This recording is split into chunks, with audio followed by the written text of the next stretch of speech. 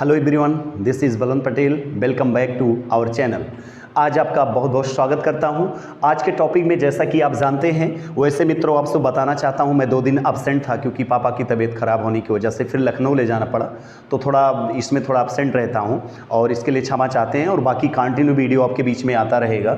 आज का टॉपिक मैंने संज्ञा आपको पढ़ाया था पार्ट 1 करके, या फिर संज्ञा मैंने करके, उसमें मैंने देखा शोध किया तो उसमें मुझे लगा कुछ पोर्शन मुझसे छूट गया गाइस। जो एग्ज़ाम के पैटर्न से, एग्ज़ाम के नज़रिए अनुसार जो भी क्वेश्चन पूछे जाते हैं, यहाँ से क्वेश्चन पूछे जाते हैं, क्योंकि सभी में सबसे इंपॉर्टेंट आपके होते हैं भाववाचक संज्ञा, जो मैंने छोड़ दिया था। मुझे लगा आज देना चाहिए आपको। ये 7-8-10 मिनट का वीडियो जो आपके बीच में, यहाँ से क्वेश्चन आना ही आना तय है, ये बात सोच लेना गाइस, यहाँ से आना निश्चित है। तो गाइस चलते हैं टॉपिक पे अपने। मैंने दिया है आज भाववाचक संज्ञा का, या भाववाचक संज्ञाओं का निर्माण कैसे किया जाता है, बनाया कैसे जाता है, इसे मेकअप कैसे किया जाता है।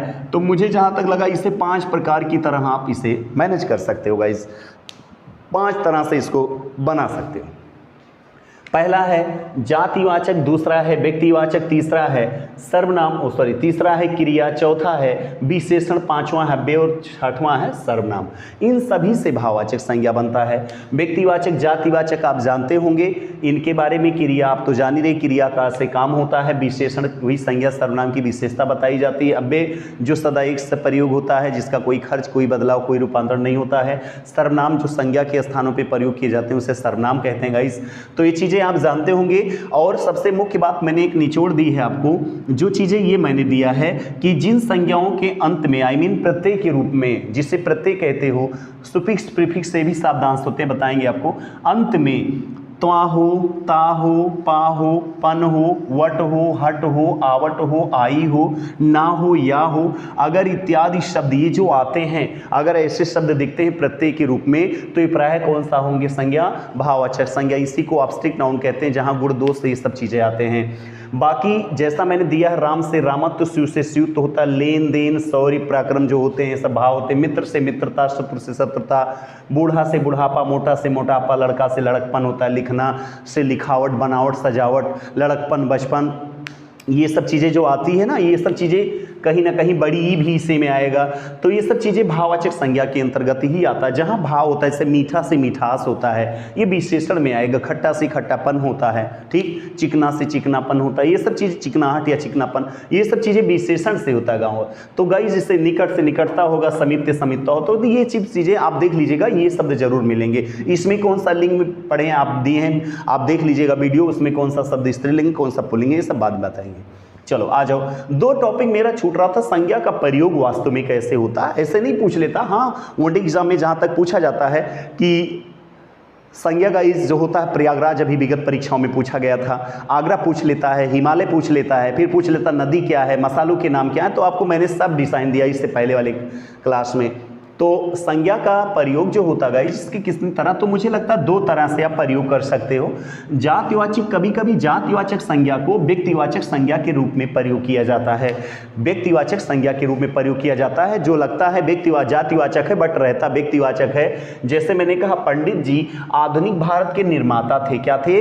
आधुनिक भारत के निर्माता थे। गुप्त जी राष्ट्र कवि थे। शुक्ला जी बहुत अच्छे आलोचक थे।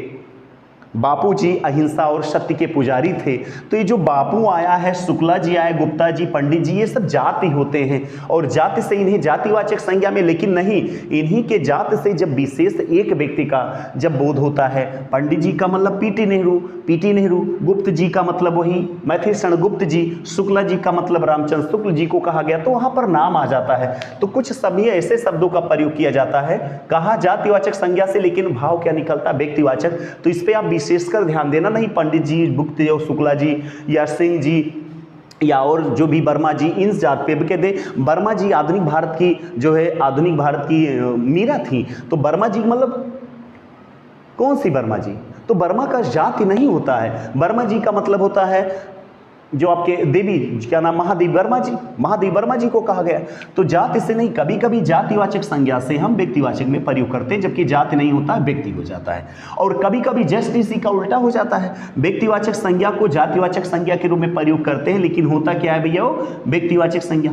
जैसे इन रावणों से बचो, इन रावणों से बचो, वह तो बिल्कुल हरिश्चंद्र है, वह तो भीषण है, भारत में जयचंदों की कमी नहीं है।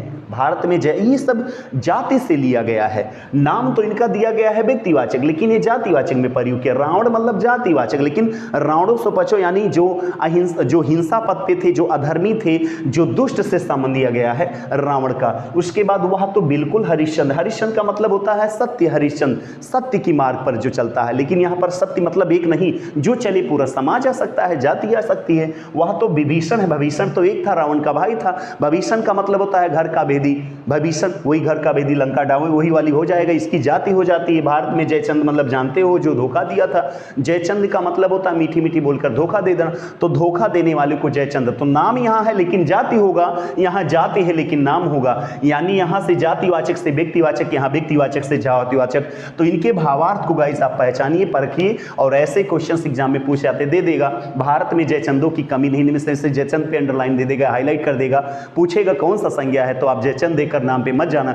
जयचंद का आशय होता है गाइस कि पूरे जाति पूरे समाज, यानी जितने झूठ बोलने वाले हैं, जितने धोखा देने वाले हैं, सब जयचंद्र ही कहे जाते हैं। हरिश्चंद्र की बात आ जाए, संसार में जितने सत्य हैं, सत्यवादी, उन्हें हरिश्चंद्र के ही नाम से बोध किया गया है। तो गाइस ये छोटा सा वीडियो आपके बीच में, और मैं जानता हूँ आप मेहनत कर रहे हो, और बिल्कुल आप लगन से मेहनत कर रहे हो, दिल से मेहनत कर रहे हो, माँ बाप के लिए कर रहे हो, अपने समाज, अपने घर द्वार के लिए कर रहे हो, और अच्छे से आप मेहनत कर रहे हो, मुझे बिल्कुल भरोसा है। और आप ऐसे अडिग अपने बातों से ऐसे लगे रहिए, और मैं जानता हूँ आने वाले एग्जाम में जरूर आपका एक दिन आपका वही कहते नहीं, अपना टाइम आएगा, वही दिन होगा दोस्तों। और खूब अच्छे से मेहनत करिए। आप पॉजिटिव सोच से, सकारात्मक सोच से, कभी आप नेगेटिव में मत जाइएगा। उन एनवायरनमेंट में भी मत रहिएगा जहाँ नेगेटिव बातें हो। तो भाववाचक संज्ञाओं का निर्माण आप जानते हैं 5 प्रकार से, पहचान मैंने बता दिया कैसे इनका प्रयोग किया जाता है गाइस। तो आज इसी वीडियो के साथ, अगर मेरे यूट्यूब चैनल पर आप नए हैं तो इसको सब्सक्राइब करिए, बेल का आइकन जरूर दबाइएगा, और लाइक करिएगा और शेयर करिए मत भूलिएगा। और जल्दी से आप अच्छे वीडियो इसमें जरूर पाएंगे। तो आज के लिए इतना ही। जय हिंद, जय भारत।